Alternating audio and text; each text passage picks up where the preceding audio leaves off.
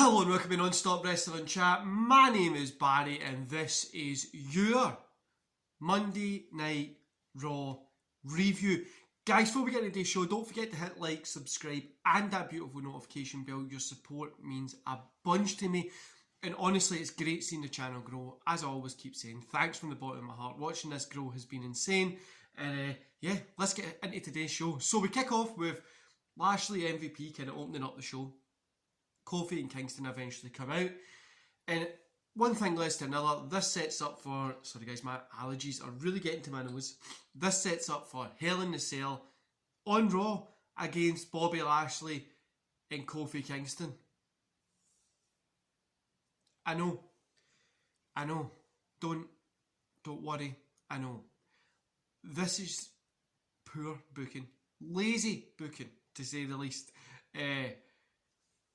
Bobby Lashley's meant to have went through Hell in the Cell last night against Drew McIntyre. We actually have Drew in this card and we have Bobby Lashley in this card as well. In fact, Bobby Lashley's even worse because he's in a Hell in the Cell. It's a joke, you know what I mean? Let the guys wait a week or something to do something like this. No putting them back in Hell in the Cell the next night. Anyway, we get AJ Styles versus Ricochet. Ricochet gets a win here. The run-in from the Viking Raiders didn't really make sense, but Ricochet getting the win was good. And it's an awesome segment. Most of tonight is kind of setting up for that Money in the Bank, the kind of qualifying matches. So it was actually pretty good. Then we get Eva Marie calling Piper Niven Viper, calling her Doudrop, whatever it was. Anyway, then we got Ahsoka and Naomi versus Eva Marie and Doudrop. Ahsoka and Naomi get the win. I don't even know. Rhea and Charlotte have this whole thing and then they get their match set for Money in the Bank, so we're kind of getting another rematch there, which I'm not really looking forward to. I've seen it too many times now, do you know what I mean? Like, give us something new. Then we get Randy Orton versus John Morrison. John Morrison gets a win, 2.5 stars here, fantastic match. The ending, again, the finish wasn't really hot, wasn't really good, but everything else in it was fine, and yeah, it was good. So then we get Alexa Bliss and Nikki Cross versus Nia Jax and Shayna Baszler. 1.5 stars for this. I'm not a big fan of Bliss, as I've said in the past. It's not for me. And what was Nikki Cross wearing? I don't like Alexa Bliss's superpowers, and why is Nikki Cross dressed as a superhero? I don't know, but at least it gives her something, do you know what I mean? Like, she kind of was just floating around doing nothing. At least it gives her something to kind of do. Then Matt Riddle versus Drew McIntyre. Matt Riddle gets a win. 3 stars in this. Awesome match. I'm not surprised that most of these matches have been actually pretty good.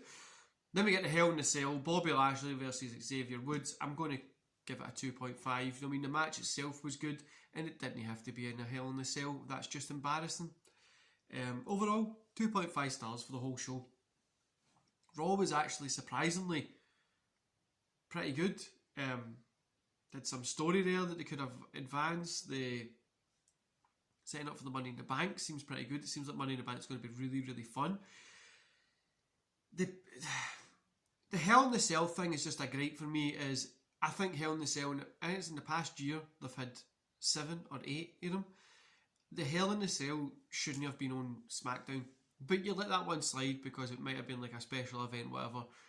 But having it on Raw the night after you've just went through a brutal Hell in the Cell, supposedly brutal Hell in the Cell match, to then be back in Hell in the Cell. Is every Bobby Lashley match going to be a Hell in the Cell match? I just didn't like that. I didn't think it made any sense. And it had no reason for it to be there, really. That's the one gripe that I've got. Overall, the whole Raw was actually enjoyable.